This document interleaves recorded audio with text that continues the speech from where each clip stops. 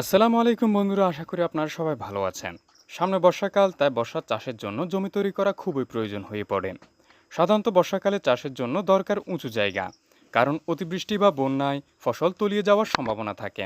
তাই আমরা আমাদের পুকুর পাড়ে আর পাশের ধুন্দুলের জমিতে বর্ষা মৌসুমে ঢেঁড়স চাষের জন্য জমি প্রস্তুত করছিলাম আর কি। আজকে মূলত ধুন্দুলের জমিতে যে আঠিগুলো অর্থাৎ মাটির যে ঢিবিগুলো দেখতে পাচ্ছেন, সেগুলোর ঘাসগুলো পরিষ্কার করব। ঘাসগুলো পরিষ্কার করে সেখানে আমরা ঢেঁড়স লাগাবো। আসলে আপনাদের মনে প্রশ্ন জাগতে পারে, ধুন্দুল তো এখনো ভালো আছে, তাহলে আমরা ঢেঁড়সগুলো কেন লাগাচ্ছি?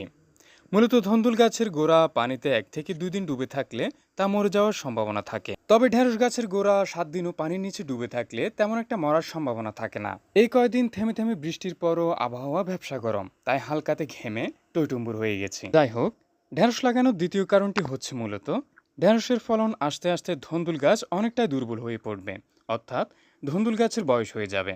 ঢেঁড়স গাছের মূল শত্রু হচ্ছে ঘাস। আপনি যতই এটিকে নিয়ন্ত্রণ করার চেষ্টা করবেন না কেন, ঘাস উঠবেই। ঘাস মারার জন্য অনেক ওষুধ বাজারে পাওয়া যায়, তবে কি হয়, অনেক সময় এটি ভুল প্রয়োগের কারণে গাছও মারা যায়।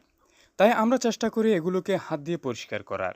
আপনারা নিজেরাই দেখে নিন, যেখানে ঘাস আছে আর যেখানে ঘাস নেই সেখানকার তফাৎ কীরকম। তবে এখানে 1 সপ্তাহের ব্যবধানে আবারও ঘাস উঠে যাবে।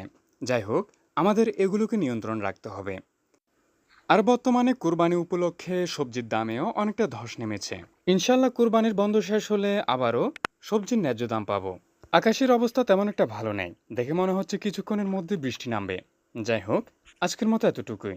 সবাই ভালো থাকবেন। আসসালামু আলাইকুম।